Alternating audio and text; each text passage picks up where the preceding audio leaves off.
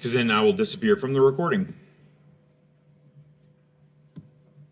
All right, so our objectives are obviously centered around sterile compounding, but also we're going to be talking about what the products are and the types of products that we make in a sterile environment. We will talk about the difference between non-sterile and sterile. You all are doing non-sterile compounding this quarter, so it was a lot less relevant for me to preface that, but you will hear some of the same terminology. We're going to be talking about the New England Compounding Center, which I'm not sure, I know I sent that late, but the article that I sent in the 60 Minutes segment that I sent out yesterday is really informative, and then I threw in a little plug at the end for this well-written book called Kill Shot that's about the New England Compounding Center crisis. One of the caveats is, I'm not sure if you all were in middle school during 2012, 2013. It's part of my growth in life to realize I'm getting older, and so what I think was not that long ago was actually a very long time ago. My niece is about to graduate high school, and she said, Uncle Dan, I was in 6th grade during the pandemic. And I'm like, that's not true. And I did the math, and I'm like, I don't want to hear it. Because she's graduating high school this year. So I'm saying all that because I remember it like it was yesterday, and you all will be like that one day. Don't worry. You'll be saying, oh no, that was then. Yeah, I remember all that. And then like, what are you talking about? So I will hopefully relay some of that story, or at least enough if you have not read it. But it is very interesting because it is modern, but it is also a timeless tale of how our regulatory system works. We are crisis driven. So we have an issue, we have a big event, then we have a response to it, and we have everyone kind of implementing it and dealing with it later. We're also going to talk about hand hygiene, including hand sanitizer and washing, as well as garbing, aseptic technique, some of the tests that demonstrate competency, as well as the equipment itself. So I have things broken down into 6 parts. The first one is the history, kind of in the context and backgrounds. We'll talk about how sterile compounding is regulated. Why don't you tell me I was switched up again? I didn't even realize that. Dang. Okay, there we go. See, that's much better. I'm like, why am I not looking at the note slide? So the first one is the background. The second one is the facilities and the environment. So that is the IV room itself, all of the physical world that is around in that setting. The third part is about the who, so the personnel, meaning what you as the person who is working in that setting, and then what the garbing is involved in that. The fourth is getting into the process. So we're getting into aseptic technique, what that means, why we do that part of it, and then kind of some of the terminology around that. Then we're going to get into the maintenance, upkeep, and cleaning, which is a big, important part of the maintaining that environment. And then the last one is the product. So we're kind of building up to the final part, which is about what we're actually making. All right, so the United States Pharmacopoeia, USP, is an independent nonprofit organization. And it's interesting that their mission statement is to build trust in the safe supply of medications. That seems to me logical. I would agree that's a good mission, but the more that I think about it, it's actually really important that we talk about that aspect. So building trust. I'm pivoting a little bit.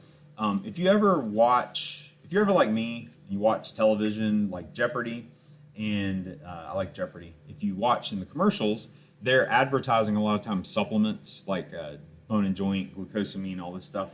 One of the things they say in the commercial, and I found this to be true even like recently, but it's been a long way back, is these supplements are verified by the USP, the highest standard in quality. Have you all heard that before? You might have heard that saying.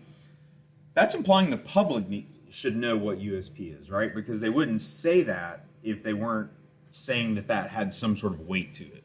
So I say that because it works for us too. Like when we talk about what USP standards are, that is a very powerful thing in maintaining compliance to those standards and making sure that we're doing the things that are recommended. So it's been around for over 200 years. It's got a really kind of neat governance structure. They have volunteers and they also have paid employees. They develop guidelines and they have a really robust process for doing it. It's almost to the point of where if you've ever been in a setting where you have to look at how government regulations are made, like the rulemaking process and how they have like hearings and comment periods and stuff like that, they have the same thing for USP, and it's very robust. They have a lot of input into what they're recommending. They have timelines for things when they make changes, like they say, we're implementing this change, and now you have until 2 years from now to implement it. And so those are things that have been built up over time, obviously, but they're very helpful. For our purposes, we're going to be talking about essentially 2 of these chapters, but these are the 4 main chapters. So USP, the way you'll see it written, I don't do it super consistently, but you'll see USP and you'll see the kind of arrow, the bracket thing, or what they call that. But that's what the chapter designation is. So USP 797, USP 795, you'll see the 2 arrows on either side of it. But 795 deals with non-sterile compounding, and it's really comprehensive. It covers a lot of stuff. You all, if you haven't talked about it as an entity and around these guidance in what you're doing this quarter, you certainly will talk about 797 next quarter in sterile dosages. The 4th, so that's what 797 covers. USP 800 is an interesting one because it covers not necessarily the setting that you're in, but what you're dealing with. And so USP 800 deals with how to handle and compound and work with across the board, including waste and things like that, drugs that are deemed hazardous. So you can actually have a USP 800 facility or a part of your clean room that's devoted to that. We'll talk a little bit about what that means in terms of the differences, but they're not fully separate from one another. You can be dealing with hazardous drugs in a sterile or non-sterile setting. And then the 825, if any of you have ever heard of nuclear pharmacy, so radioactive isotopes like iodine-131, they're used for thyroid, thyroid treatment. That's what is managed in that chapter. So that's actually complicated too, because the radiopharmaceuticals are regulated by not necessarily just this. The Nuclear Regulatory Commission, as a part of the Department of Energy, has its own set of standards that deal with radiopharmaceuticals. So a lot to kind of unpack there, but the main things we're going to be talking about are 795 and 797. So I mentioned, just from a context standpoint, that the pharmaco USP has been around for quite a long time. I said over 200 years. It first kind of got its footing in 1820. It was actually founded by a group of physicians, and they were in the type of environment, so before the modern era, and I'm really talking about the modern era as in the early post-World War II period. So we're talking like late 40s, early 50s. That's when healthcare started to become professionalized. Prior to that, it was much more of a apprenticeship model to healthcare. There were colleges and schools, but there wasn't as much regulation around it. So USP was founded independently of the government telling them that that's what they need to do. One of the things they wanted to do, though, was, and this was the physician's approach, since a lot of dispensing of, the pharmacist handled as an apothecary making a lot of products, but prescriptions weren't necessarily required. Cocaine and heroin and morphine and all that stuff was readily available. You could get it out of the Sears catalog through the mail. It was just a very different time. So what USP did was say, we want this to be safe, not because someone's making this, but because we want it to be safe. It didn't start out super popular because, as you can imagine, making people do things that they might not agree with, or making them, even worse, feel bad, or demonizing them for not doing the thing that they don't want to do and is also not required. Meaning, if you were saying you're not following USP and it's not required to, that's, it kind of puts people in a different headspace. But so that was a big gap of time between 1820 and 1906. You all talked about 1906 last quarter in law, where the Pure Food and Drug Act was passed. That was really the first federal government foray into looking at the strength, the quality, and the purity of medications. That's where we first codified things like adulterated and misbranded, what that actually means and what that represents. So that was, a big deal. You all already talked about that, though. We skip all the way to the sulfanilamide elixir toxicity. I want to call it an episode, but it was really a big sulfanilamide disaster that happened in 1937 and 1938. So one of the things that came after that was that USP started setting purity standards for what certain products should be. Meaning in the past, the word elixir is an interesting word because elixir means that it has to contain alcohol. So that's what an elixir is. But that was the only definition that was relevant for that. So if you take it to an extreme, wood alcohol, methanol, is alcohol, right? They didn't mean that. They certainly didn't mean ethylene glycol or propylene glycol, which is what was in sulfanilamide elixir. But it was technically an alcohol because, as you all remember from organic chemistry, alcohol is a certain entity, certain carbons and everything that are joined together. So what USP did after that was set standards. We're not going to deal with this like uncertainty. So that's what really got the ball rolling about USP taking the lead in this. Again, still non-governmental. They're still private, not-for-profit. 1941, USP developed a standard for insulin. Insulin used to be made by crushing up pig pancreases. If you all didn't know that, that was how we got a lot of our drugs that were natural products: glucagon, insulin, thyroid hormone. Lilly in Indianapolis for a while. Anyone from Indianapolis? The main headquarters building, if you've ever been there, the main headquarters building is out in the middle of a field. It's kind of weird. Why is it out in the middle of a field? That's why. They used to have pig farms out there, and that's what they would use the pigs for, is to get their organs to create medicine for us. But unfortunately, at first, there was no standard for it. There was no, this is insulin. It was, we think this works to lower blood glucose because that's what they were using it for. And so dosing and making sure that the product was pure was again on USP. And so the USP developed standards for that. Skip all the way to the 1984 Hatch-Waxman Act, which is what really set us on our path for generic drugs in the US. So what USP did was say, here are the standards for what a generic equivalent should have in it. If you all recall from just basic pharmaceutics that you've looked at so far, but from a classroom and a lab setting, there are active ingredients in drugs, and then there are what are called excipients in drugs. Some excipients are not neutral or benign. That's one of the problems with it. And so what USP did is set a standard for what the reference drug, what the main drug components are, and then also what excipients would be allowed to be in that type of formulation. So that's an important milestone there.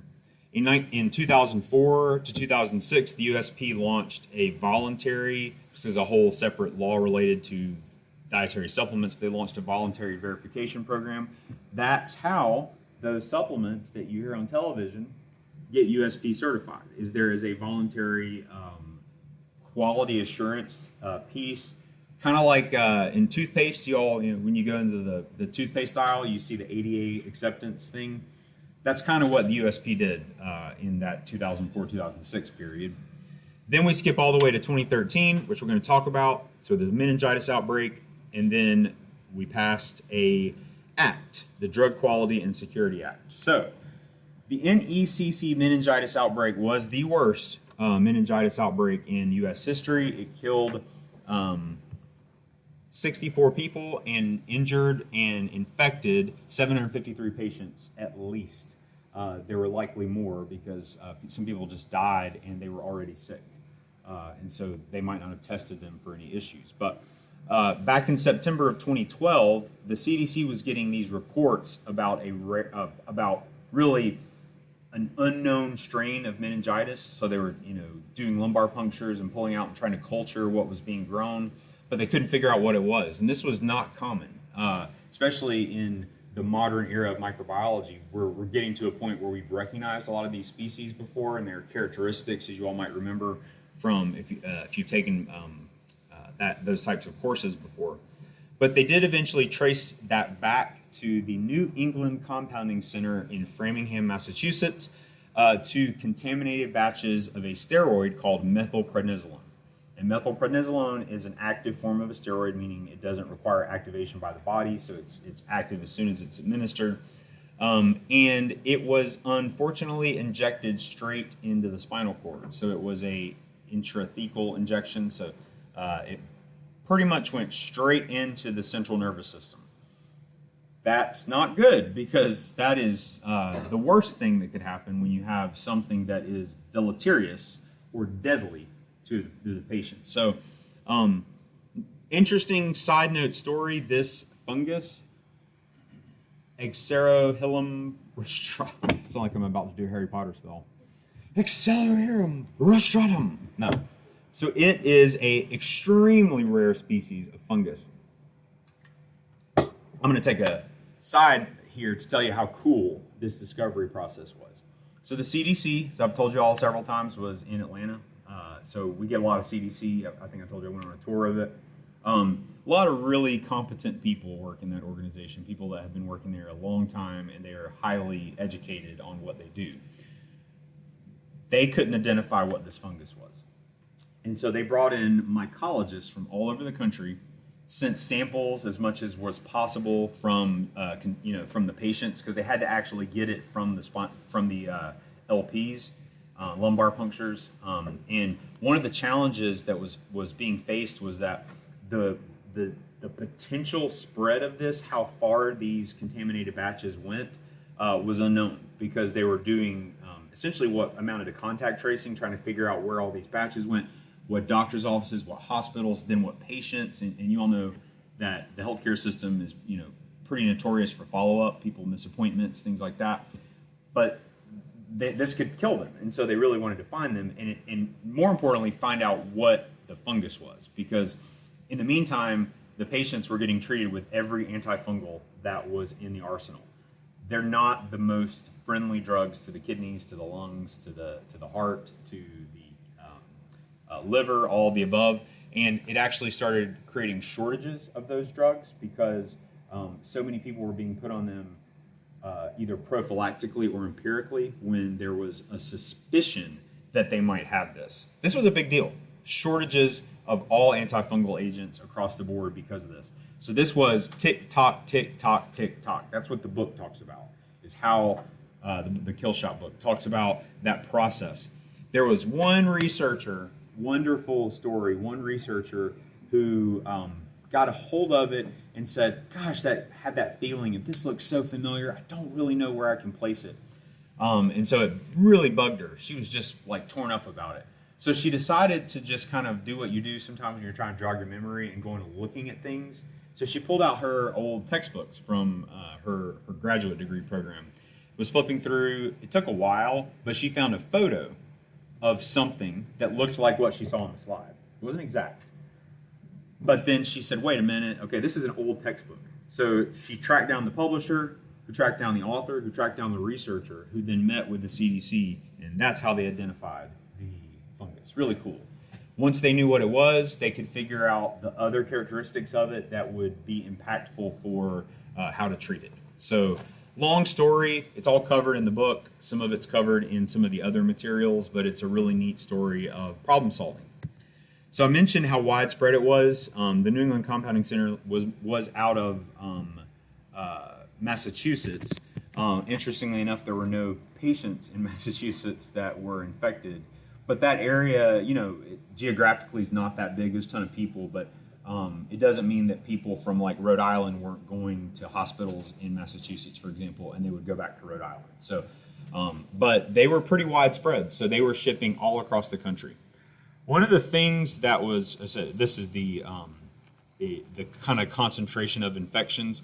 So in Tennessee and in Michigan, there were several hospital systems that, instead of it being like, okay, you're at Hardin Memorial Hospital and you order a batch of this and you only see 10 patients and not all of them get that drug. These states where they were really concentrated had entire health systems where they were getting their source of the methylprednisolone from that pharmacy.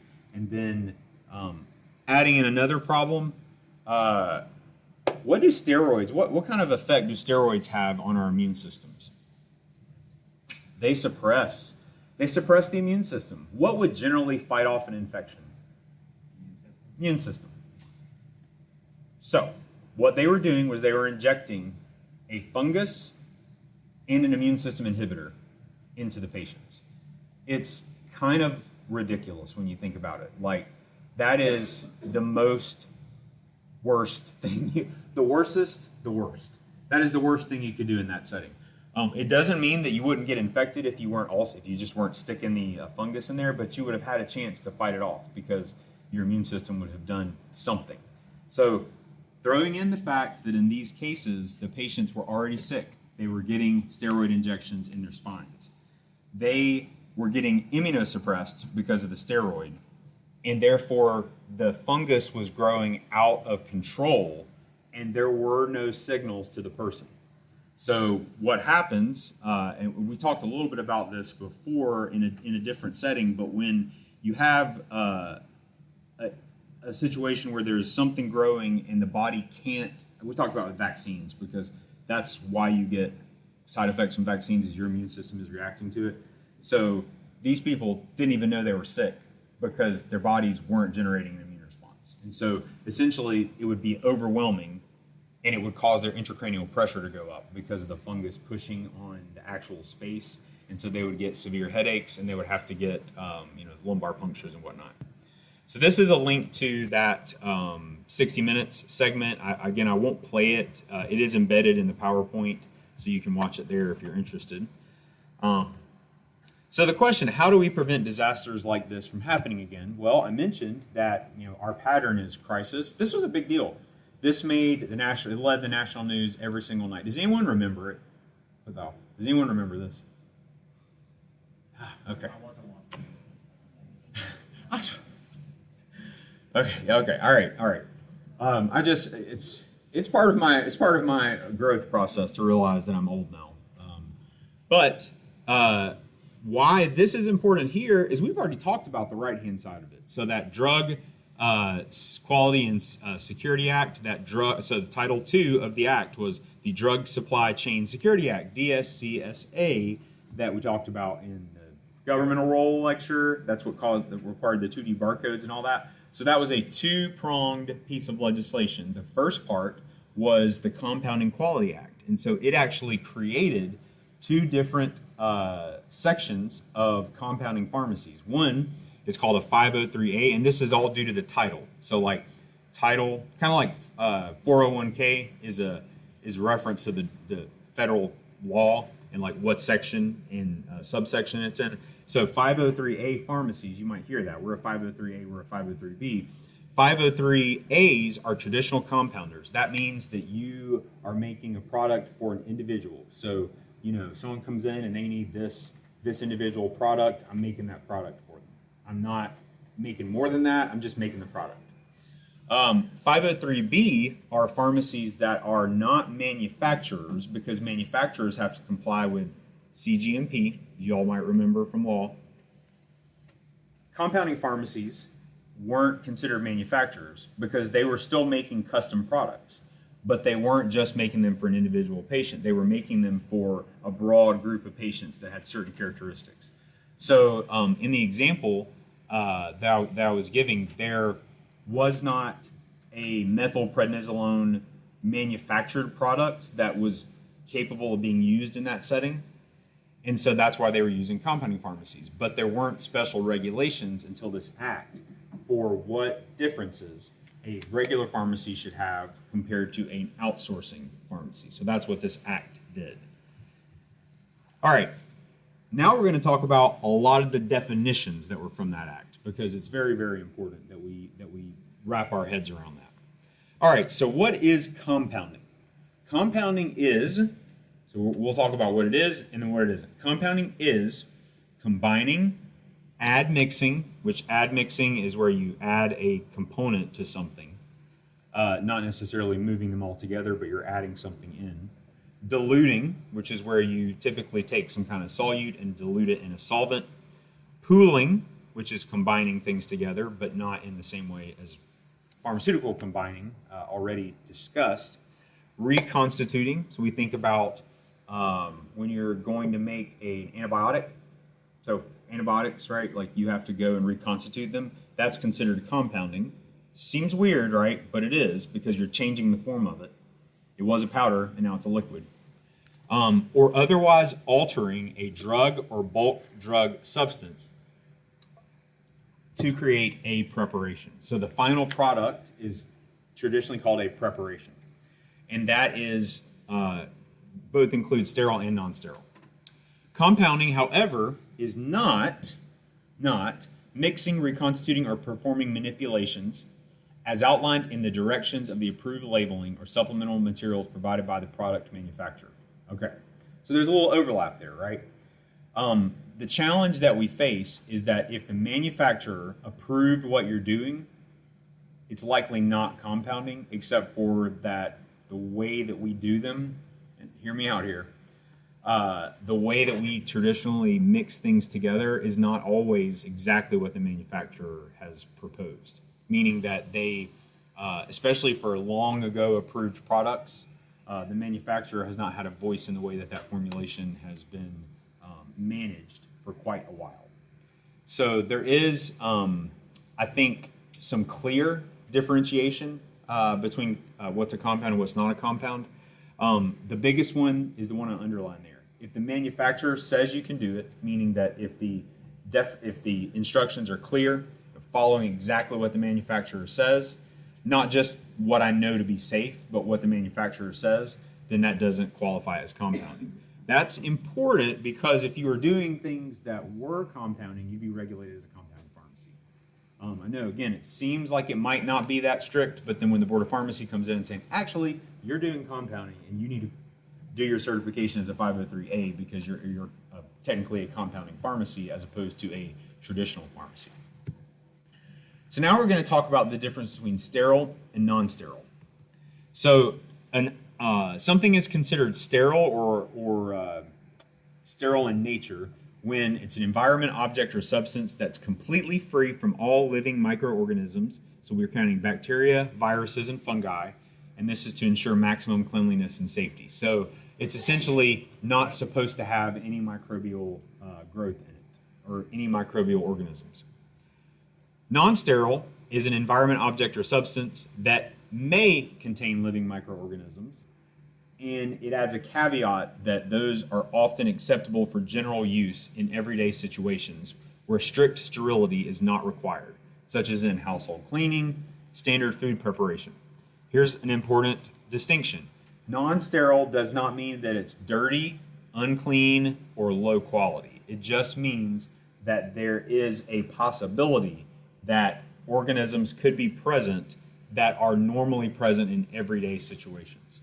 So we think about a cream that, so that's something that we traditionally think of as non-sterile. We don't have it enter any purity. We don't put it through a filter. And usually those are for uses where there is a barrier in the body, meaning the skin, the stomach, stuff like that. There's a barrier that prevents microorganisms generally from crossing. That's when we're more apt to use something that would be considered non-sterile, but it does not mean that it's by default dirty.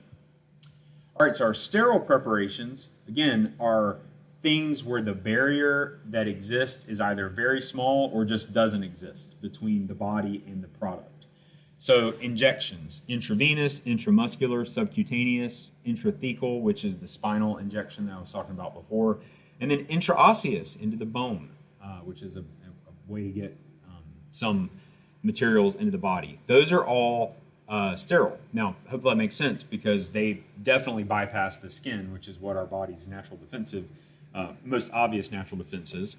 Enteral means inside the body, not necessarily through the skin though. So inhaled, things that are inhaled, nasal sprays are deemed to be considered sterile.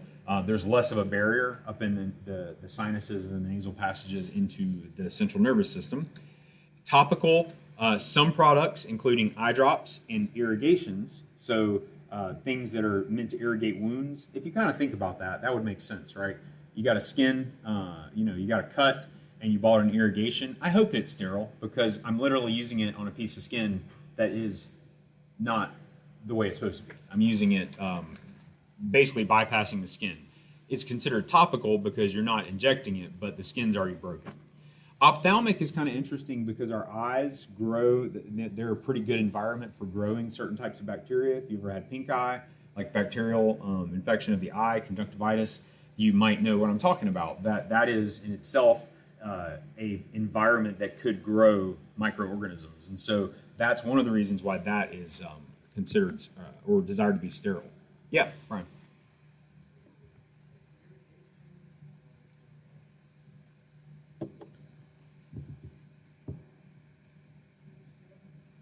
Yeah, so the question is irrigations like disinfecting things. Yes. So some irrigations already have antibacterial things in them, so that's a little bit different of a case. So chlorhexidine rinse is something that comes to mind that is by itself antiseptic. And there is a difference between antiseptic and antimicrobial, too much for this setting, but the idea would be that the irrigation could be used on a part of the body that doesn't have the protection that it should have, regardless of where that is. So we see irrigations in a lot of different settings. We see them in the mouth sometimes. We see them for like abdominal surgeries and stuff like that. So yeah, really meant for a setting in which you're not meant to grow bacteria. They don't want you to grow bacteria in that setting. Does that help? Okay. All right, talking about non-sterile. Well, this is the rest of everything else. And so oral products are not sterile. Makes sense. We pour them out on a counting tray that was just used to count something else. We count them, put them in a bottle. That's not sterile, right? Sublingual, which is interesting because it's in the mouth, but it generally doesn't bypass the mucosa unless you have a cut in the mouth. Rectal is actually considered an enteral form of administration, so we have some enemas and things like that.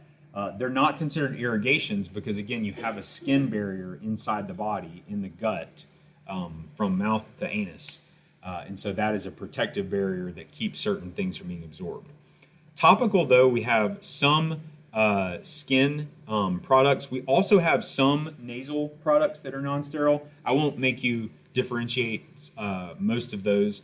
Some of them are things like the flu vaccine that just goes in the nose and doesn't go all the way back into the nose. I know that's a distinction without a difference, but it is important from a producing it standpoint of whether you need to use certain filters versus other filters. Vaginal and otic are considered also non-sterile in that setting. All right, so let's do a quick select all that apply. So what I'm going to do is I'm going to go to each one of them, and you're going to tell me whether or not it is or isn't compounding. So the first one, adding a bubble gum flavoring agent to a commercially manufactured Ceftonir suspension. Is this considered compounding? Yes? Who says yes? Who says no? Okay. So it is considered compounding because you're adding something that isn't in the regular formulation. And so if the manufacturer, so you know how some antibiotics that you reconstitute have a flavor, a fruit, well, whatever it is, that is the manufacturer deciding that that's what you want to it. That's what it needs to be flavored. You add a separate flavor to it, that's not what the manufacturer approved. Doesn't mean it's wrong or bad, it just means that's not what the manufacturer approved. All right, second one, mixing hydrocortisone, wait.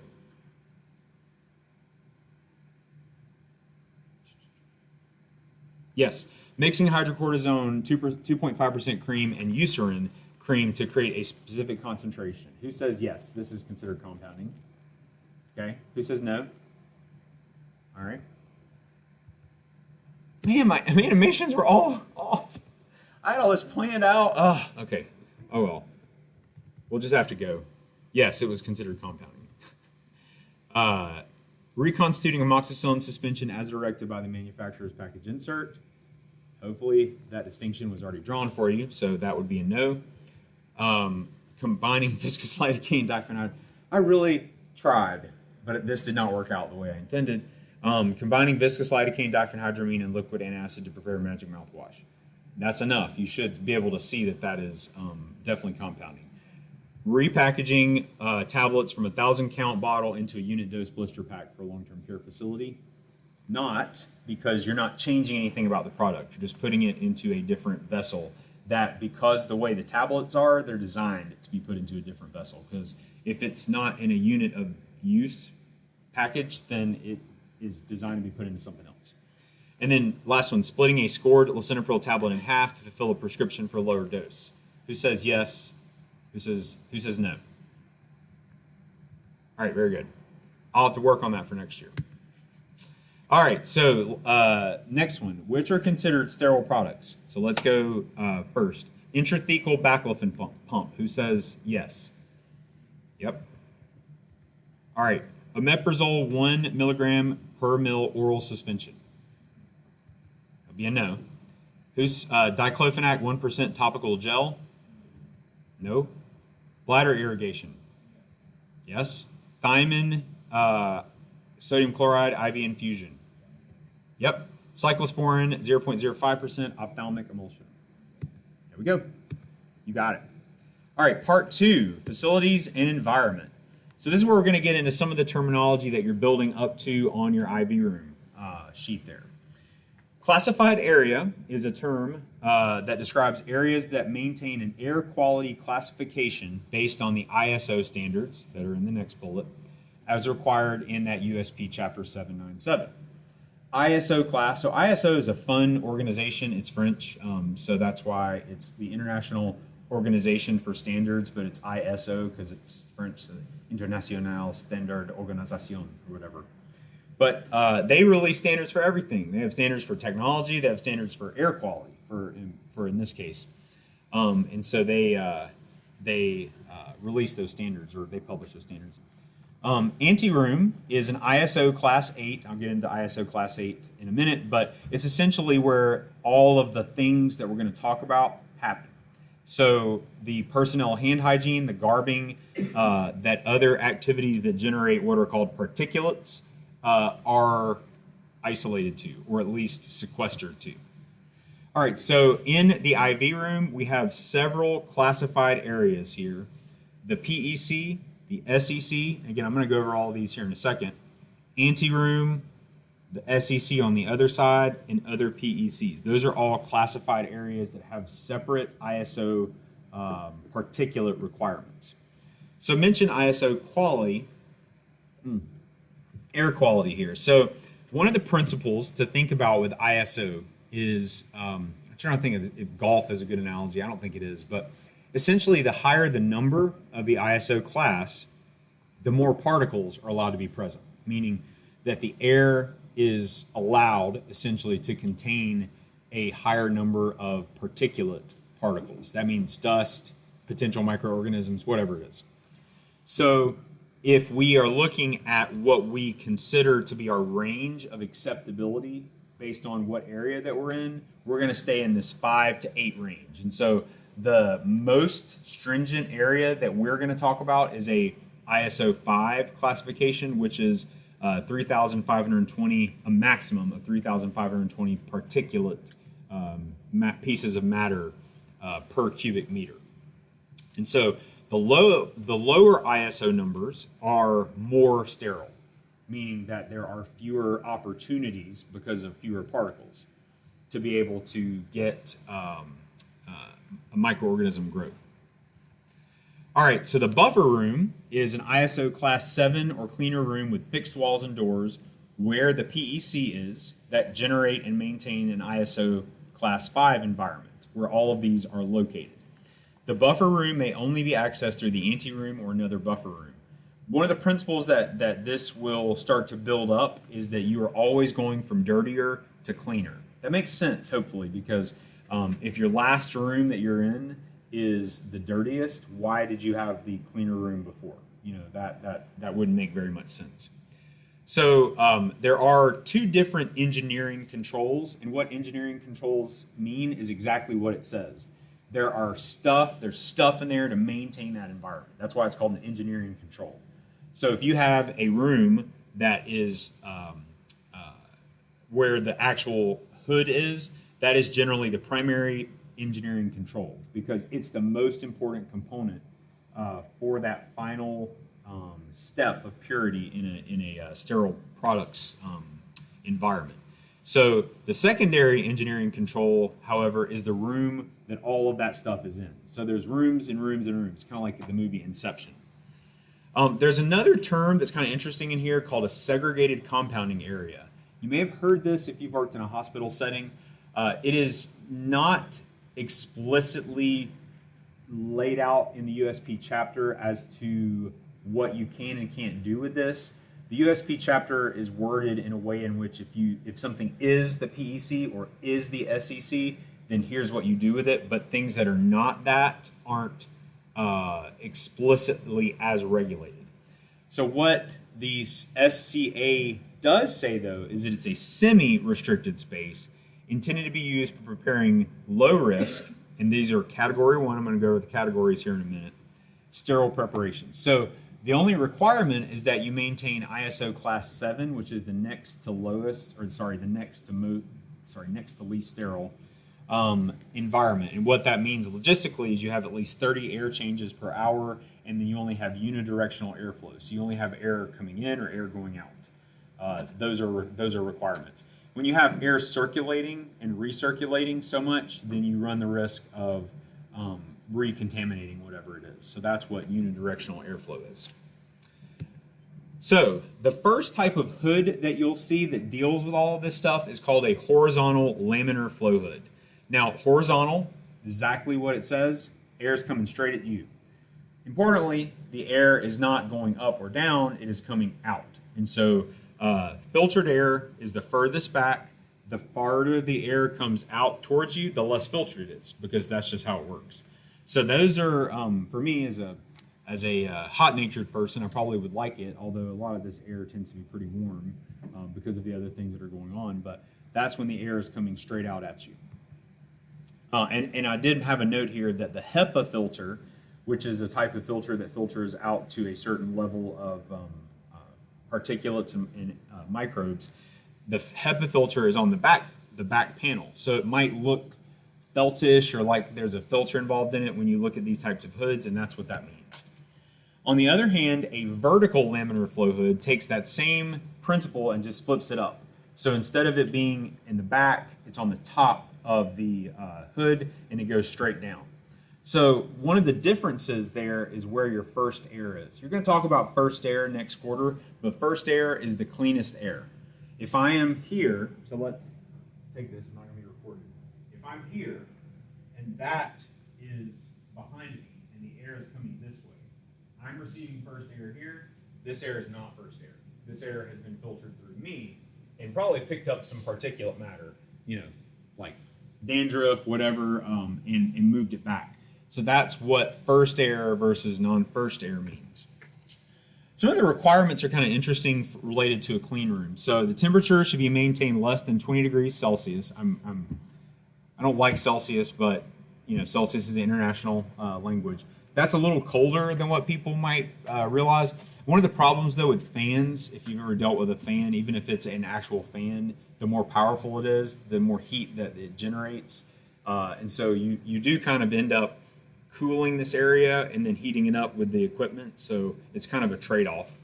The humidity should be maintained less than 60%. Temperature and humidity should be recorded daily by personnel or a continuous electronic monitoring system. Let me give you a little bit of NECC background. This was all basic. This part was because of NECC.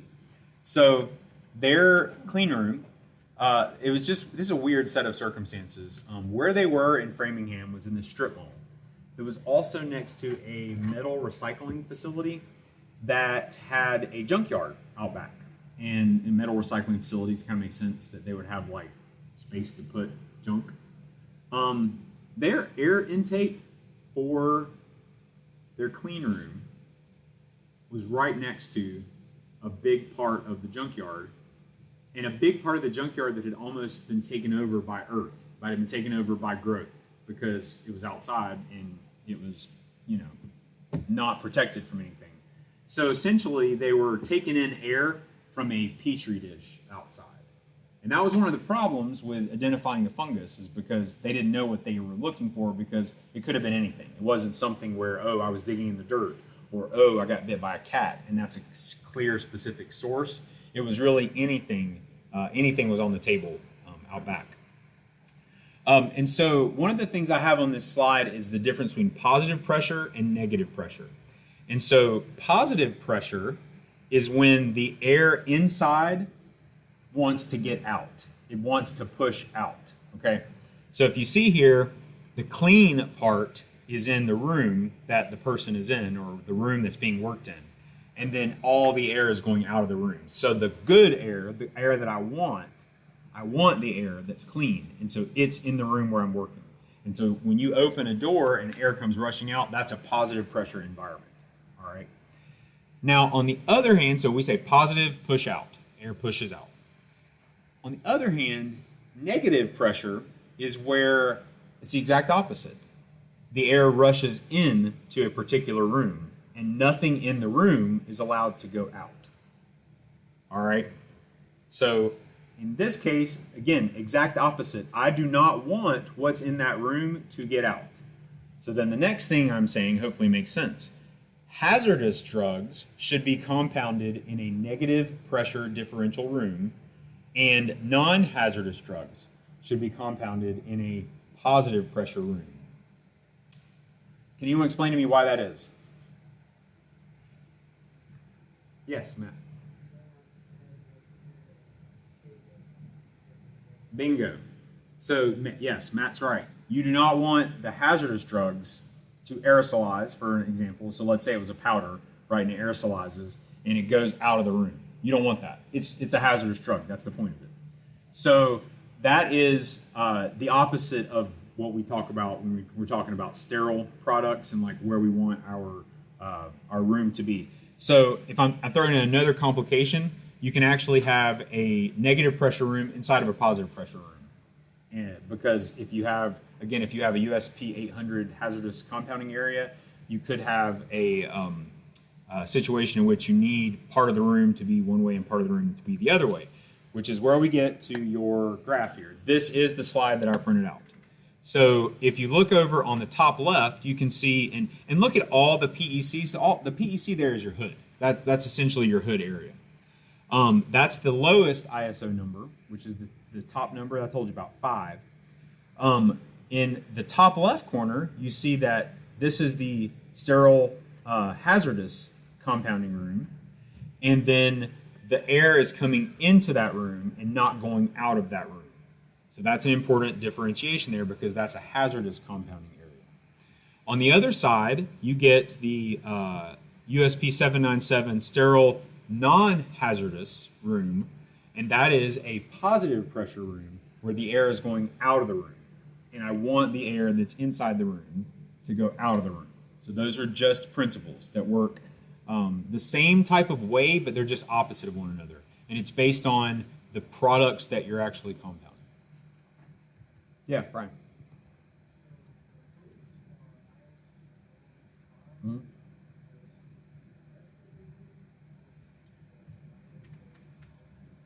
So yes, but also if you see here, the anteroom in the center is ISO 7. So the idea would be between ISO 7 and ISO 5, you're not going to necessarily measure anything, but it should be somewhere between those ranges. That's the idea of what the difference is. ISO 8 is the lowest, it's the least sterile, but the anteroom should be the room that houses all of this stuff, and so it should be the place where you're garbing and have the most particulate matter. You're going to get progressively more sterile as you go forward. So the rest of the room is not less sterile per se than, the PECs are not less sterile. They are more sterile than the anteroom, but you're always going from dirty to clean when you're progressing through the rooms. All right, part 3, personnel and garbing. So any person entering this compounding area must meet the requirements. And so what they have to do is they have to demonstrate knowledge and competency of core skills that include hand hygiene, garbing, aseptic technique, and cleaning and disinfecting. You have to remove all makeup, all personal outer garments, so bandanas, coats, hats, sweaters, vests. I could have put a lot more in there, but I think you get what I'm going for. Jewelry. And this is an interesting thing because some people have jewelry that cannot be removed. So in that case, it needs to be covered up because it's a potential something that could be contaminated, and you can't really clean it all that well when you're doing your hygiene. Nails must be neatly trimmed to minimize particle shedding and glove punctures. No artificial nails or nail polish. And if you have eyeglasses, you need to go ahead and pre-wipe them if you are wearing them. So that is one of the things. They don't require you to wear contact lenses or anything like that. That's one thing that they do allow you to wear. I guess it's a reasonable risk. I'm not sure how you want to view that because if you can't see what you're doing, that's a higher risk to me. Without your eyeglasses, but that is something that they mention specifically. You don't have to have contact lenses or anything like that. Yeah. Typically, that's what I mean. I think what this instruction is designed to say you can still wear them, but wiping them is a good strategy before you get in, because you might if you don't need to wipe them once you're in, and then you kind of. Have you ever seen someone wearing gloves and they touch their face like? Gloves aren't good anymore. Like you can't touch anything once you have the gloves on. And so if you're going to go wipe your eyeglasses once you are in your full sterile garb, whatever, game over because you got to redo everything. All right, so hand hygiene, and again, there are rules for this. This is generally what USP 797 says. You need to clean underneath your fingernails under warm running water using a disposable nail cleaner. So you might see, if you see people do this, they have a brush thing that cleans their nails, and it's disposable.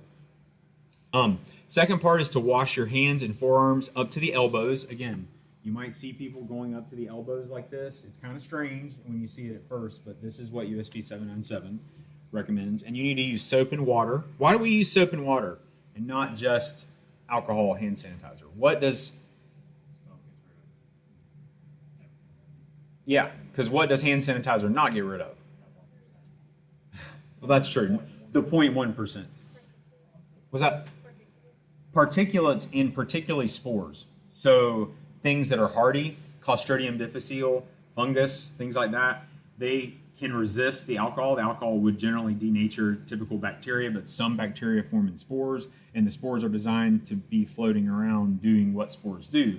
So the friction, the hand part, the friction with the soap's actually incredibly effective even on its own because of the way that soap is structured.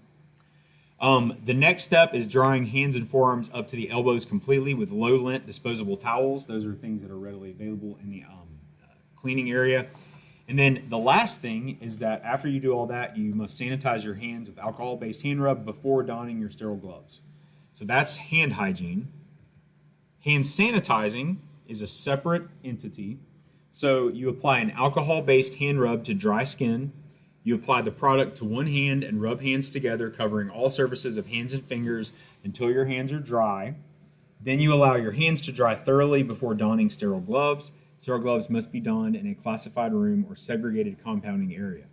The difference here is when you do these things. So hand hygiene is indicated in certain situations, and then other situations, hand sanitizing is indicated. But you see that there are steps for each process. All right. So let's go ahead and take our break. Let's come back. Let's try to come back before 10 after.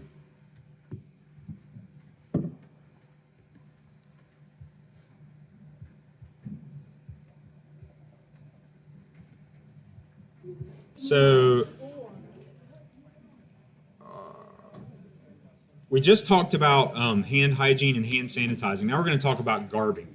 So garbing, it's a weird word. Probably have heard it in different settings before, but that word is actually in the USP USP guidance. So that's what we're going with. Garb are items that are designed to reduce the particle shredding or shedding that happens. If you all have seen these shows or whatever, they talk about your clothing, like your clothing is made up of fibers and fabrics and things like that, that there are things shedding off of it, and that's just called particulate. And some of it gets into the air, some of it settles on surfaces, but either way, It's something that isn't a great thing to have in a place like an IV room. So the garb includes the gloves, the gowns, the shoe covers, head and facial covers, all that stuff that are designed to reduce particle shredding or shedding. So donning and doffing. This is such a weird word. I hate it, but it is what people say. You know, it's around the holidays, don we now our gay apparel, whatever. That's an old school term, but it means to put on. That's the way I remember it. Donning, put on. Doffing, to take off. Sounds like we're Shakespeare, Old English. Yeah, right.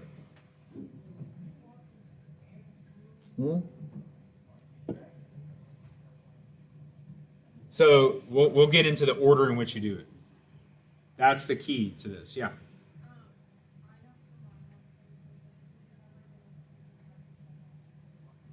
Yes. So so the order in which you do all this stuff is the next slide. So that's part of the explanation here. So the donning and doffing garb should not occur in the same area at the same time. Hope that makes sense, because if you're taking off stuff and putting stuff on, people are doing it right next to it. Yeah. Oh, did it flip it again? Dang. I'm sorry. I should have realized it. My bad. So doffing and donning should not occur in the same area. Gloves should not be donned or doffed inside the ISO Class 5 PEC, exposing bare hands. So that is, again, part of the order thing. There is something called a line of demarcation, which is a visible line on the floor that separates the clean and dirty sides of the anteroom.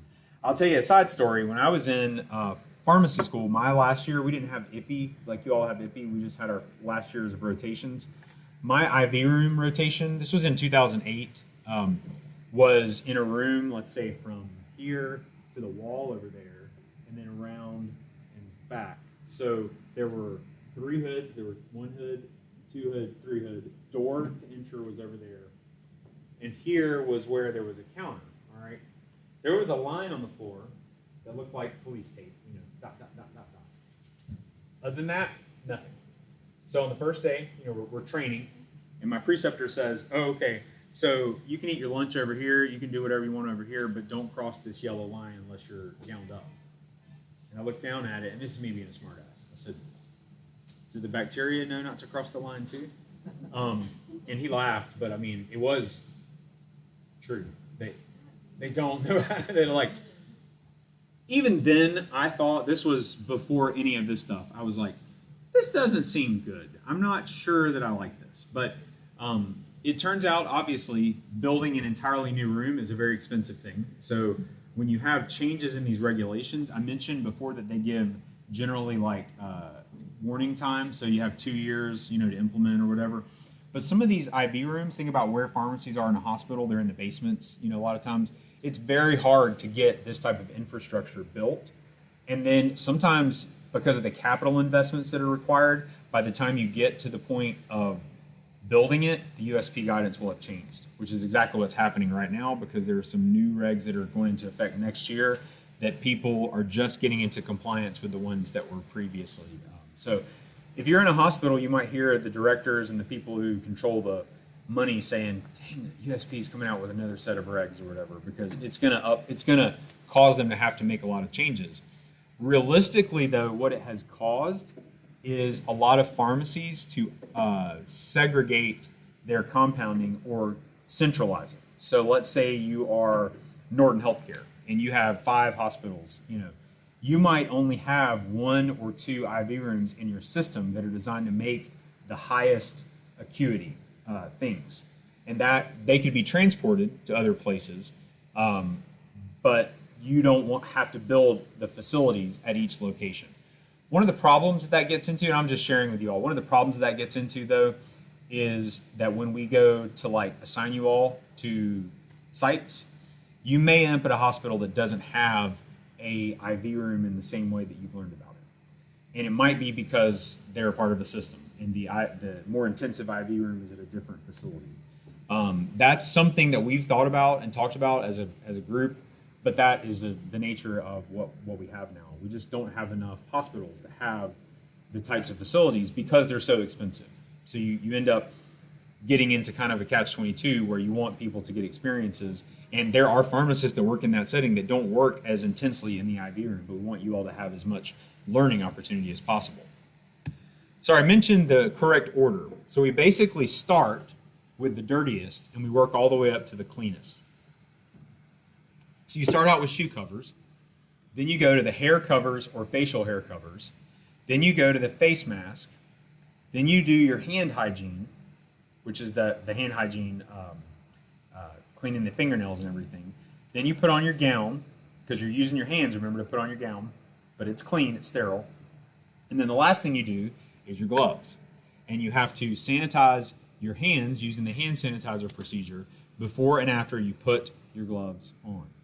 So dirtiest to cleanest, shoe covers, hair, facial hair cover, face mask, hand hygiene, gown, gloves, sanitizing your hands before and after that. So then at the end, you got your hands and they are sanitized and they're good to go. Everything else has been put on in the proper order.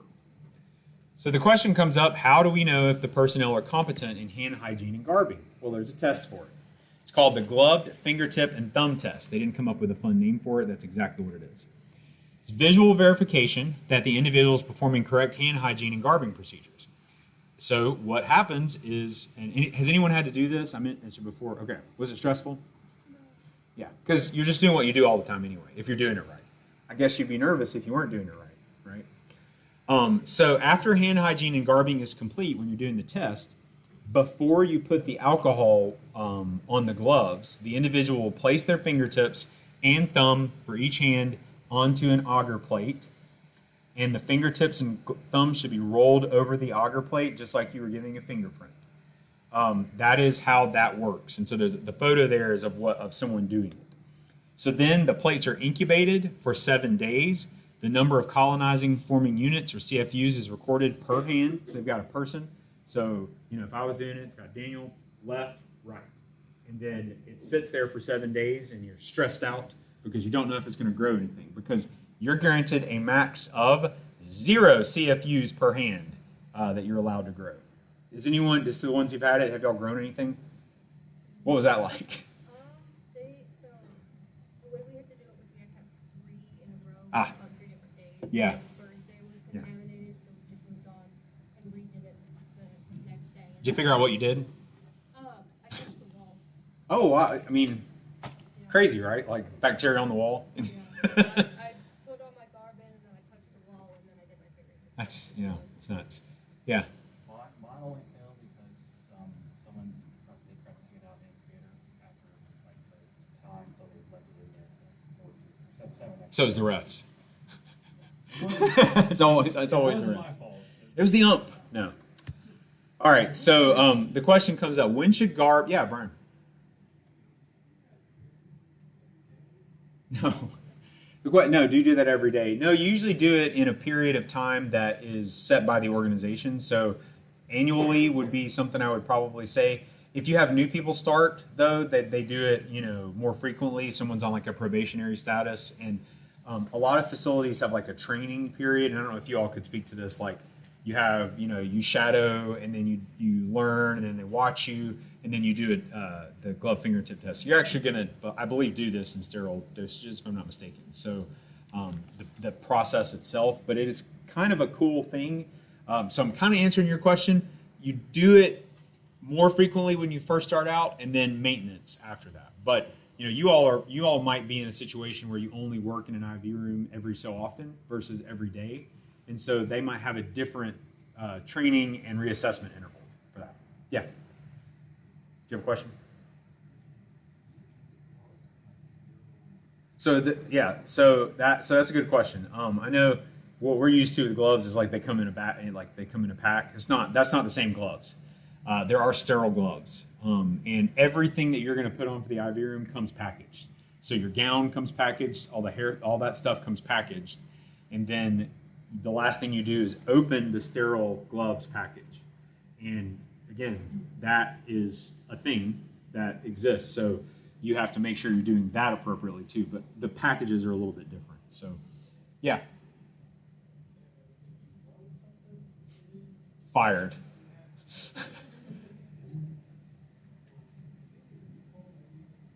So that's that's a good question. The question was, if you grow something, do you have to recall everything you touch? Generally, this is a part of your quality assurance, meaning that the question is, are you capable of doing this?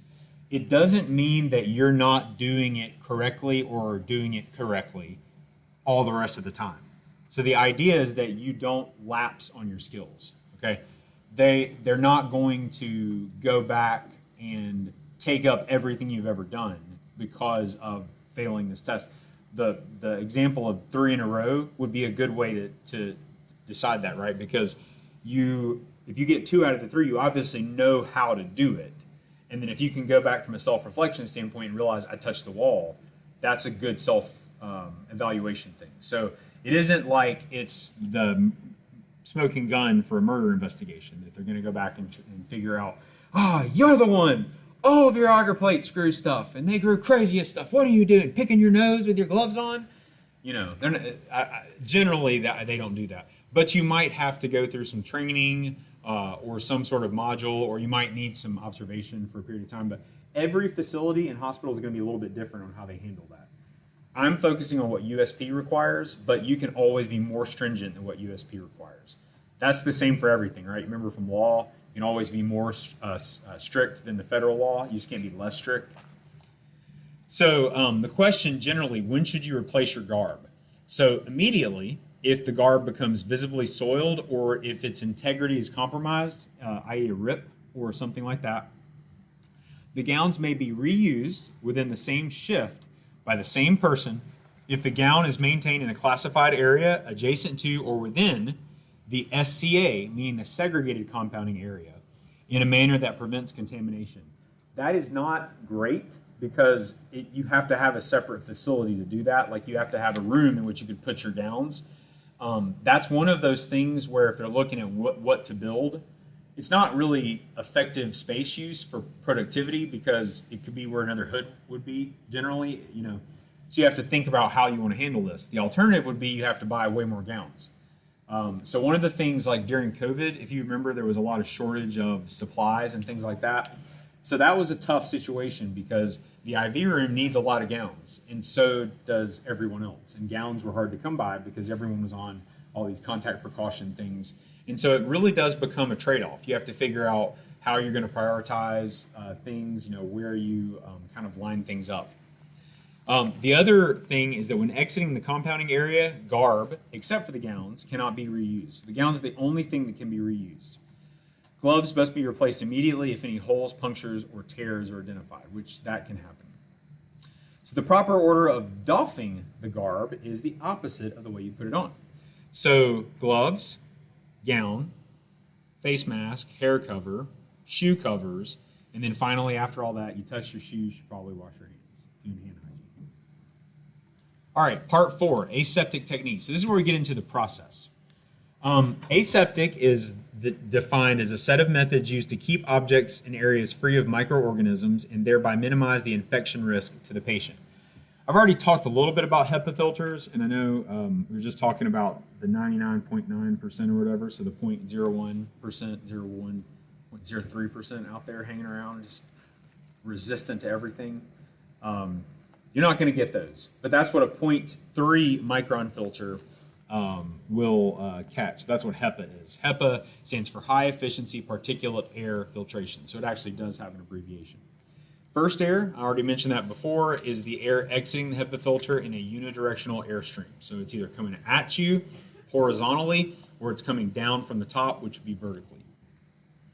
The DCA is the direct compounding area. So it is indeed a critical area within the ISO Class 5 PEC where the critical sites are exposed to unidirectional HEPA filtered air.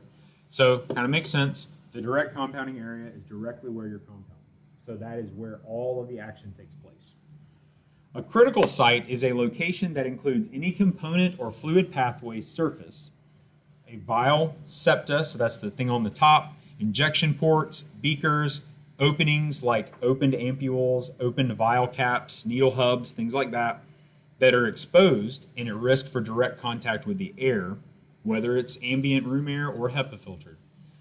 Moisture, So humidity or something like oral mucosal secretions, breathing on it counts in that regard, or touch contamination. A batch is more than one CSP. CSP stands for compounded sterile product or preparation, prepared as described in the master formulation record, or the MFR, in a discrete single process and expected to have a uniform character and quality within specified limits. So a batch, this is an IV room term. So let's say you have a norepinephrine. So you make a norepinephrine drip, which is a vasopressor in people who are septic or people who have low blood pressure. You might make a bunch of those, and you have a procedure for how you make them. That's a batch. So you make those batches generally for commonly used products that can sometimes even be stocked on the floors of units themselves. All right, so aseptic technique has some characteristics. Any items that are introduced into the clean room must be wiped with sporicidal disinfectant, an EPA registered disinfectant, or 70% IPA, which is isopropyl alcohol. 70% is generally what is recommended. I see a lot of, it's interesting. You know how when you go into the store, you see like 90% isopropyl alcohol? There's really no need for that. 70% is what is satisfactory for even IV room cleanliness. So I wouldn't pay the extra money for the extra alcohol in that. It doesn't necessarily do you any more good. The PEC must be on for 30 minutes before compounding can begin. So again, you're not compounding, you're turning all the air stuff off, but you have to let the air circulate and process for 30 minutes before you start using the PEC. Just before any item is introduced in the PEC, it must be wiped with 70% isopropyl alcohol. For any of you who worked in an IV room, this has got to be annoying, having to wipe everything down all the time. But hopefully it gets into a habit that you do it. That's the whole point of getting training and reinforcement on it. The PEC must be completely cleaned and disinfected before any compounding can begin. 70% sterile, 70% IPA must be applied to gloves immediately before compounding and regularly throughout the compounding process. And then compounding must occur at least 6 inches inside the PEC. So that's how far you need to be into the PEC before you can actually start dealing with things. So like this far away? Yeah, got jokes. If sterile items are in sealed packaging, they may be opened and introduced into the PEC without wiping them down. So that does happen. Sometimes they sterilize the whole product so that you can take it into the PEC, particularly for things that are used in a way in which it's very hard to get it out of the packaging before you use it. All right, aseptic technique and critical sites. So we already talked about the critical sites before. You have to wipe the critical sites that are mentioned here down with 70% sterile isopropyl alcohol inside the PEC before you puncture or break any of the seals. And so that provides chemical and mechanical actions or ways to prevent contamination. Always maintain critical sites in first air when compounding. Let me tell you, you all are going to work on it next quarter. Your hands betray you because you're holding your hands up, and then suddenly you put your hand in front of the first air, right? Because you just move it around a little bit, and your needle or whatever is back here, that's not in first air. First air, if it's a horizontal hood, it's coming straight at you. First air, if it's a vertical hood, it's coming from above. So maintaining an idea of where first air is coming from is situational awareness. You're aware of what's going on. But you're also aware of where your hands are, where other things you're working with in the hood are. It's very difficult. But it gets better after practice. So the 70%, so you need to use that 70% isopropyl alcohol needs to dry also before personnel enter or puncture stoppers. That's an interesting note to it, right? People don't always remember that. I noticed when we were all doing immunization training, you did remember that it needs to dry first before you start using it.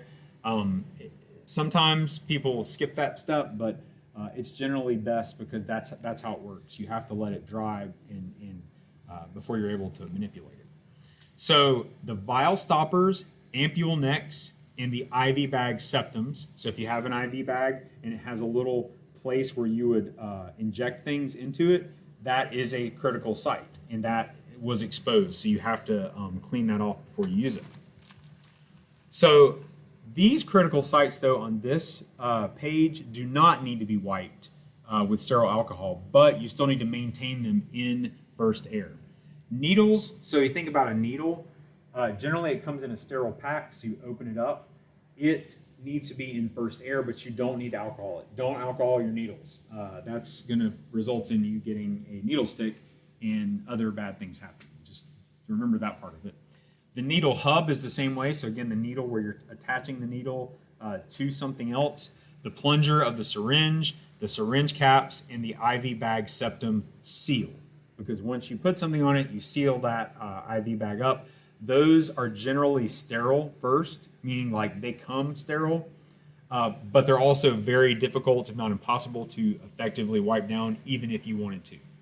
So if you get to a point when you're trying to do this and you're like, I can't alcohol this, think to yourself, am I supposed to alcohol it? Because if I can't, because it's too difficult, maybe that's a clue that that's not one of the things I could alcohol. All right, the media fill test is a little more complicated. What it does is it's supposed to, rather than your garbing technique and your hand washing, it's supposed to figure out how you actually do the compounding part and then test you on that part of it. So what it does is you manipulate the sterile starting components in a manner that simulates sterile to sterile compounding activities, meaning that you are doing a practice. You're doing basically a demo of how you would do something aseptically. So you transfer this sterile soybean casein digest media into the same types of container closure systems that you use at your facility. So that's just an example product, and you inject it into the things that you would be using at your facility. You would follow the manufacturing instructions. What they would do then is they would take that product, and then you'd actually probably do a fingertip test at the same time so you could compare those results to one another. And then incubate the samples for at least 14 days. And then failure is indicated by visible turbidity. So that will actually grow bacteria that will change how light passes through the bag. And then you would also fail, even if you didn't grow anything in the bag, if you failed your fingertip glove tests. So that's a little more complicated, but this is about the technique that you use, not just your garbing and your hand hygiene. Part 5, cleaning and disinfecting, which was every IV room person I've talked to is like, this is the least fun part of what they do, but you get used to it after a while because it's the same thing all the time. So what cleaning is the process of removing substances, either chemically, manually, or mechanically, using the cleaning tools that you have. So you're really trying to get rid of the stuff that would be on there. Because even after all of this time, HEPA filter, all that stuff, you're still going to get things that settle onto the equipment and onto the machinery that you have. A disinfectant is a chemical or physical agent used on inanimate surfaces and objects to destroy fungi, viruses, and bacteria. Sporicidal disinfectants are considered a special class of disinfectants because they work differently. Because as we mentioned before, spores are a little more difficult to get rid of. You actually have to denature them. You have to bust through their cell walls that they have to protect them. They're designed to be hardy. That's what they're designed to be. And so sporicidal agents are different, are a little bit distinct. So a sporicidal agent, as would be expected, is specifically designed for that purpose. So one of the differences with sporicidal agents, how long do you use them for, is different based on the agent that you use. So every agent isn't the same, and so what you do is you follow the manufacturer's instructions for how long that sporicidal agent needs to be in contact with the equipment, and then also what concentration it needs to be at to be able to be effective. This is not too different than if you've ever used a bleach solution to clean anything, like, make a bleach solution. There is a concentration amount that you have to reach with that bleach solution for it to be effective in what you want it to do.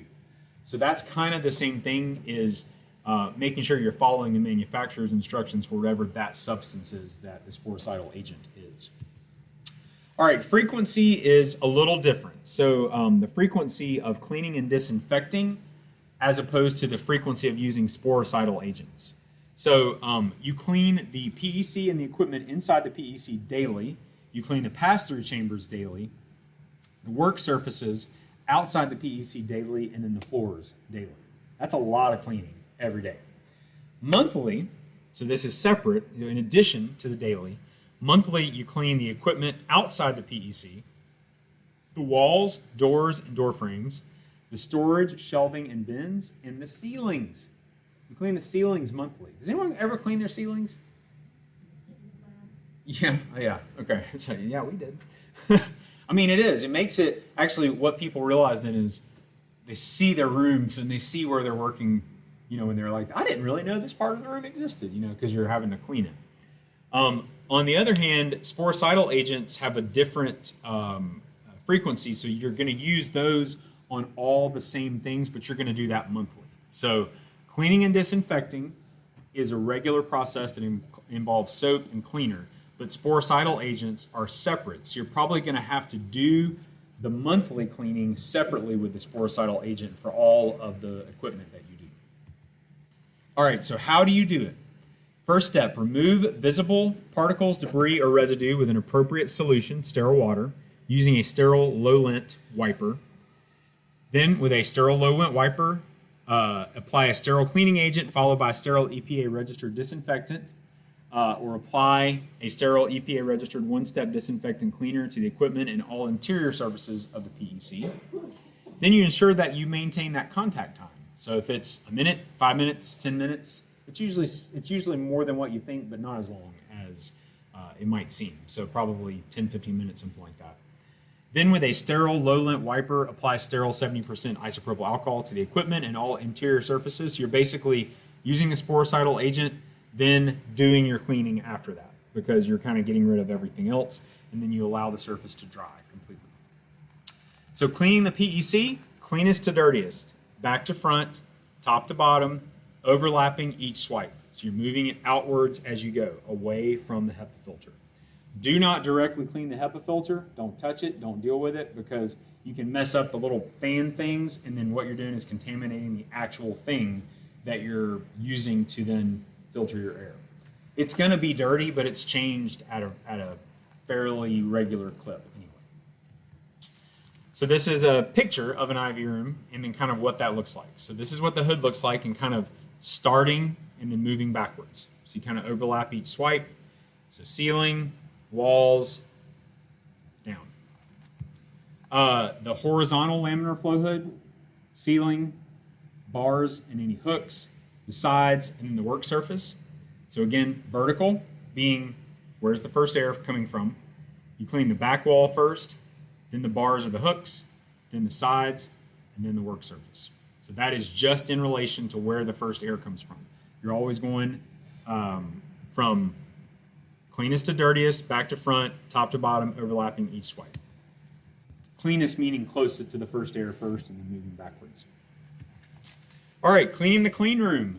Clean yourself out. This is like, I should have played the Snow White, is it Cinderella, when they did all the cleaning thing, because this is a big deal, and it's a lot of labor involved in this. But when you're cleaning the clean room itself, you go cleanest to dirtiest in the same way, so closest to the PEC, then outwards.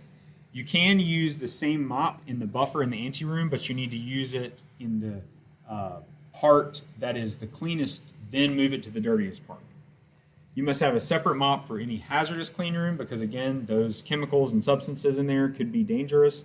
And it must not have a wooden handle, because wooden handles can particulate. They can get the wood, but any type of, if it breaks or if it starts to shave off.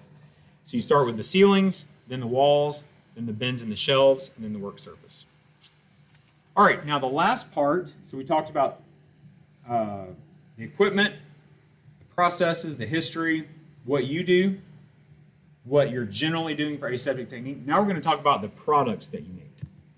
So we have three main categories of products. Category 1 have the least environmental controls. So what this really relates to is the amount of maximum beyond use state that you can get. So the higher the number, the potentially longer that the beyond use state can be for that product. The shortest beyond use state is for either category 1 or immediate use CSPs, compounded sterile preparations. So the immediate use CSPs are designed to be used within 4 hours. They have the least environmental controls. Category 1 has the official least environmental controls because those immediate use CSPs are only mentioned in USP 797. You can make those the immediate use ones in that segregated compounding area. So category 1's, the maximum beyond use date you can have is less than or equal to 12 hours at room temperature or less than equal to 24 hours refrigerated. I'm sorry. Category 2, on the other hand, requires more environmental controls and testing, and you can have slightly longer of a beyond use date, and I'll have a slide devoted to that here in a minute. The category 3s are the most stringent. They undergo sterility testing, endotoxin testing where that is available, and then additional requirements related to cleaning and that type of thing. So category 3 CSPs have the longest beyond use date. So the terms on the next page, on the next slide, I'm going to define for you. So aseptic processing is mentioned in the USP 797 alongside something called terminal sterilization. So aseptic processing is where each component of what you are making is sterile separately, meaning that all of the components are sterilized separately. But when you put them together, you are not doing that in a sterile environment that is the same level.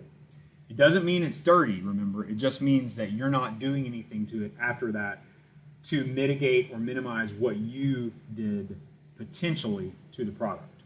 So the final product then is not re-sterilized. On the other hand, terminal sterilization is when you sterilize a final product in its official container at the very end of the process. That's called terminal sterilization. Okay. As you might imagine, if it's something is terminally sterilized, it has a longer beyond use date. That's the idea for it. So if you think about it, when you get little vials from the manufacturer and they expire in a couple of years, that was terminally sterilized. There's no other way around that. That's a manufacturing technique. All right, so category 2 compounded sterile products. So if you look on the left-hand side, the beyond use dating is separate for aseptically processed components as compared with terminally processed or terminally sterilized products. So you can just read that for yourself. The right-hand side is about the temperature that it's being stored in. Recall that pretty much everything lasts longer when you refrigerate it. Pretty much everything lasts longer when you refrigerate it. Not everything, but pretty much everything. And so if you kind of take that to its extreme, some products are at controlled room temperature with a shorter maximum beyond use date. Some products are refrigerated with a slightly longer beyond use date, and then some products are frozen that extends that beyond use date outwards. So this is really important for hospitals, right? Because hospitals might have to make certain products in their IV room and use them to make other products. And so they might make a mixture of something that is only good for 45 days because they keep it in the fridge, or they might make a separate mixture of something they can keep in the freezer for 60 days, just depending on how they organize their compounding. The category 3, remember, is the most stringent, and so it also separates out aseptically processed products from terminally sterilized products. Controlled room temperature, 60 days. Again, this is the stuff that's endotoxin tested and everything like that. The 60 days, 90 days, 120 days for aseptically processed for room temp, refrigerator, freezer. And then terminally sterilized, 90, 120, 180. So you can see that it lasts longer for category. So now, obviously, the trade-off would be it takes a lot more time to do the terminally sterilized. It also takes a lot more resources because you might not have the equipment to do that. So you always have to look at what the cost-benefit analysis is. You may have, as I mentioned before, a central compounding facility in a city for other hospitals, and they may terminally sterilize stuff that then can be used at other places. And so they may compound their own things and then take it elsewhere to then be stored in a frozen environment. All right, so I had an activity. It's really easy. So what I want you all to do is It's a crossword, and it just has some of the terms. So once you do the crossword, you take one and pass it. You can input your answers into Blackboard, and that'll count as an in-class activity for today. The way that the Blackboard is set up, it's asking for the answers as it goes like this. Across 6 is the first one. I'm trying. So I found this crossword generator thing, and when it outputted, it didn't put everything in numerical. It didn't repeat the numbers also, so it didn't say like 1 down and 1 across. It has 1 through 10, and then 6 across. So the way I put it in Blackboard was like across 6, so that you go down, down. That's how that works. But it should help you with some of the terms that we did today. I'm gonna make it due tomorrow, or I'll probably make it due by the end of the day today, or something, just so it counts as an in-class activity for you all. Any questions? All right. Thank you all very much. I know that's a lot to go over. I do.